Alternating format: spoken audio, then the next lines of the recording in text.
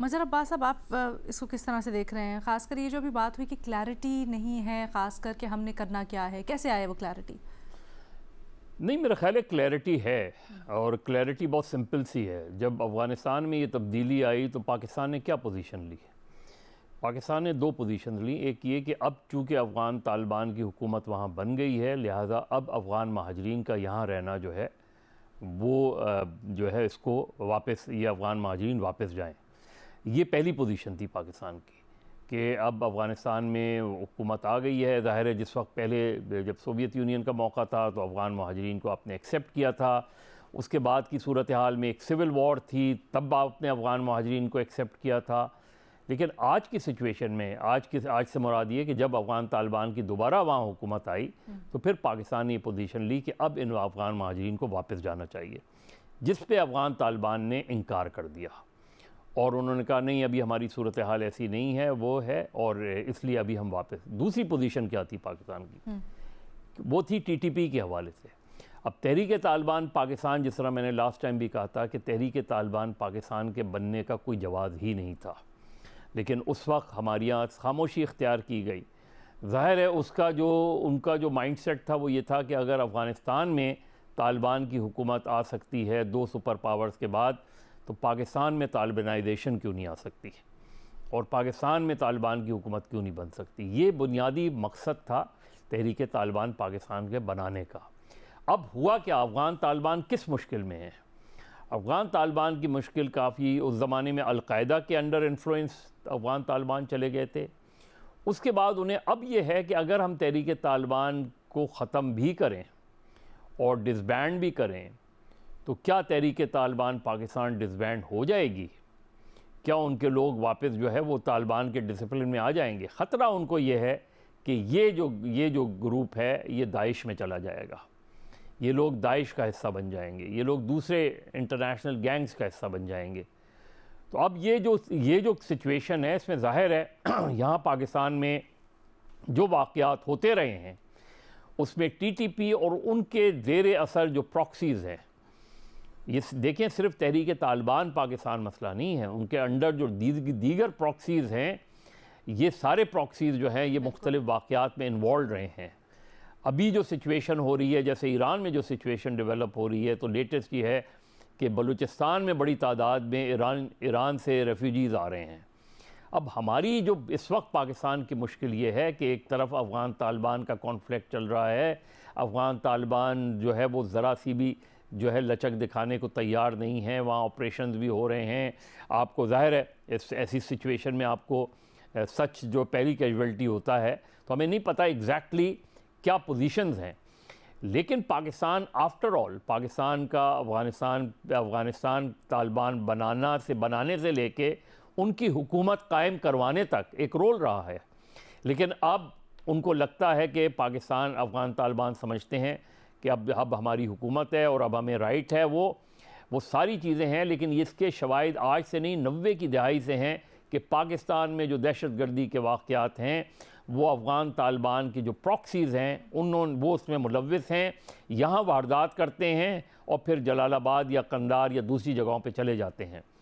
ये सारी चीज़ें जो सिचुएशंस हैं ये बहुत, और क्योंकि अब पिछले चंद सालों में सिक्योरिटी फोर्सेस जो है वो टारगेट होना शुरू हुई है, तो ये सिचुएशन अब सीरियस हो गई है और पाकिस्तान को ये लगता है कि अफ़गान तालिबान इंडियन प्रॉक्सीज़ बनते जा रहे हैं। लिहाजा अब उनका वजूद जो है वो पाकिस्तान के लिए एक नाकाबिल कबूल सा होता जा रहा है।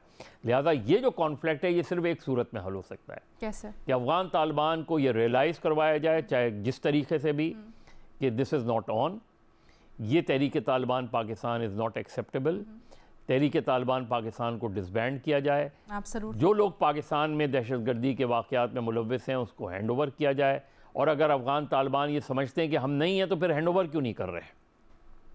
अगर वो मुलव्विस कि इस वक्त जो ऑपरेशन की स्ट्रैटेजी है वो दुरुस्त है? क्योंकि यहाँ पे एजाज़ ने भी, बेनज़ीर ने कुछ हद तक, लेकिन एजाज़ ने मेनली इसके ऊपर काफ़ी एतराज़ात जाहिर किए। देखिए, क्योंकि मुझे एग्जैक्ट सिचुएशन, ग्राउंड सिचुएशन का तो पता ही नहीं है।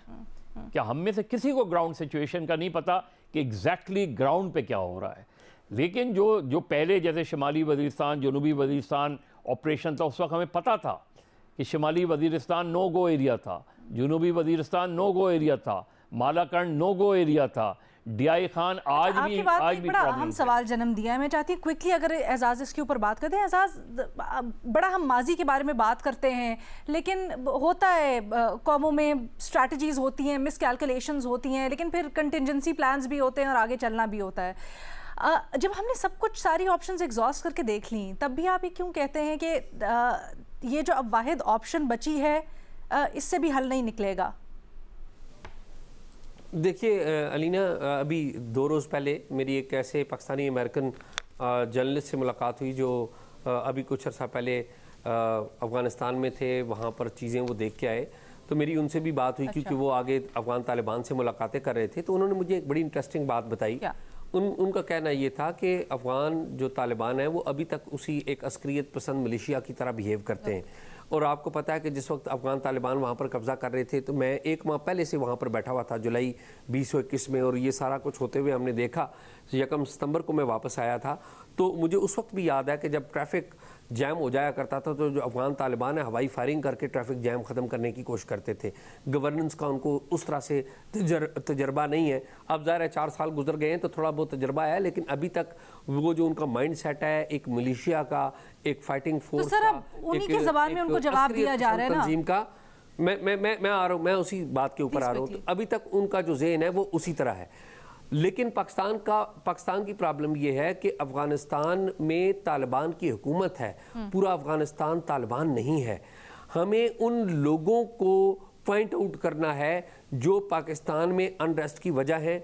या तो पाकिस्तान उनको गिरफ्तार करे या उनको एलिमिनेट करे। अगर हम ये एक्सपेक्ट करें कि तालिबान, यानी कि एक तरफ हम कहते हैं कि तालिबान दहशतगर्द है, यही हमारा मौक़िफ़ है, और साथ ही साथ कहते हैं कि जी आप हमें दूसरे दहशतगर्दों को हवाला करें जो हमें मतलूब है। एक दहशतगर्द दूसरे दहशतगर्द को क्यों हवाला करेगा?